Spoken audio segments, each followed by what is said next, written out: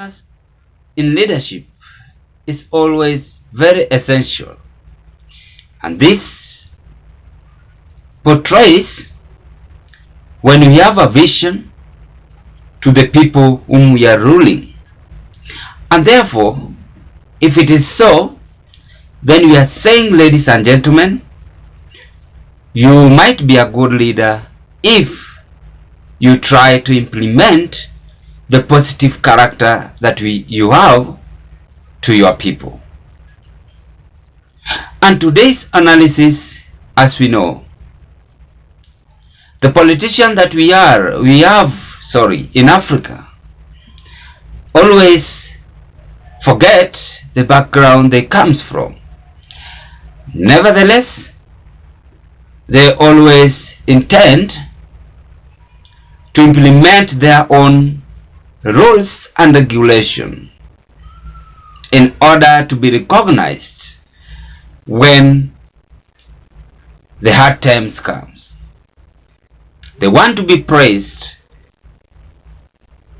but I always say the late John Pombe Magufuli tried his level best and stood firm in Africa in order to be understood that indeed he was a patriotic leader in Africa. Today analysis that Niss bombshell is bringing a lot of tension or creating a lot of tension on William Samoei Ruto popularity crisis.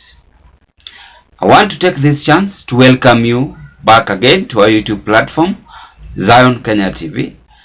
It is my hope and prayer that this video is going to find you well wherever you are. So we want to have a candid talk here. That why do you think Niss have issued that William popularity might bring him to one-term presidency? Before I do that, I want us to take a look and listen to this video. That is why I begin with the character. Going and auctioning anything that they can lay their hand on. This we must stand as a house and oppose. Mr. Speaker, sir, today I want to start in the same spirit of Lawrence Sifuna and say this country belongs to all of us. It cannot take our parents so many years to put things where they are today, and then we get to hear, Mr. Speaker, sir, people bought edible oil that is toxic. They spent billions of shillings. This cannot be sold. Mr. Speaker, sir, it is time that we call these people and tell them enough is enough and they must stop. Yes. Mr. Speaker, sir, it is such a moment when we are given an opportunity to reflect on the things that are happening in this country, that we ask ourselves, are some of these people serious? Mr. Speaker, sir, just the other day, I read a statement from none other than one of our colleagues who's been sitting in this house, a Minister of Infrastructure and Transport, saying that centers, cars that have been bought by hustlers, that they should be banned from the road. Mr. Speaker, sir, I ask, are we losing our senses, Mr. Speaker, sir? When must we realize that we must work for Kenyans? Mr. Speaker, sir, in the same spirit of Lawrence Sifuna, I want to tell Kenyans that yes, we must stand up and we will not let anybody take advantage of you. We are going to pursue justice until we bring it to the logical conclusion. Because this is the spirit, Mr. Speaker, sir. When we are gone like Lawrence Sifuna is gone, we want somebody to stand in this out and say, he stood as a senator and stood for the justice of the people. I start to be counted as those who will fight for the justice of the people, irregardless of the people who are pushing and waiting. Only when the president is away of the country, they put national assets for sale. It is unacceptable, Mr. Speaker, sir, and I urge my colleagues to stand up and oppose this. Thank you, Mr. Speaker, sir. I believe you've listened to the Senate speaking and agreeing. It is all about the character. So before I go far, I want to thank you guys for the great effort you always offer to this channel. If this might be your first time watching me at Zion Kenya TV YouTube channel, kindly request you just take a 1 second and click that subscriptions button and subscribe to our YouTube platform. like our video, watch, share, and give us your opinion at the comment section below. To the members, I want to be very much grateful, because if it was not your support, then this channel could have not reached to where it is as at now. Let's proceed.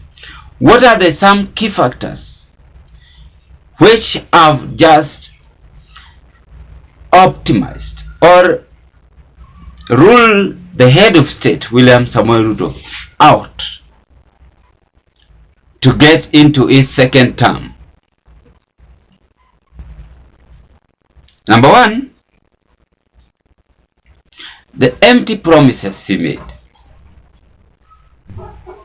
As Niss have said, his popularity is going down. The empty promises he made have never been fulfilled. Number two, the expectation which Kenyans were having, or that Kenyans were having on him, have never been rectified, as you know that. Number three, the cost of living that we are now going through is a little bit challenging, and we are seeing there is also differences when it's come to the cost of living. In addition to this, the government spokesman, that is my friend Mwaura, is a little bit confused and don't understand that role. And also, as I normally say, David Ndi, the economist advisor of the president. So these people are taking our country into a wrong direction. Then number four, the hustler narratives have been a history. Where they go, even outside, they speak about the hustler narratives, but nothing have ever been done. Then the fifth one, the blame game. The blame game. They are always blaming the ex-president Uhuru Kenyatta. Oh, mara hivi alifanya hivi. Just I was listening to another clip. They're saying Uhuru Kenyatta's brother and the rest were the one who forced Ekuru Yatani to give out 15 billion Kenyan shillings. I was listening to them, but because of time, I just wanted to do this analysis on your behalf. So this blame game is taking us to also to a wrong direction. So it is all about characters, ladies and gentlemen.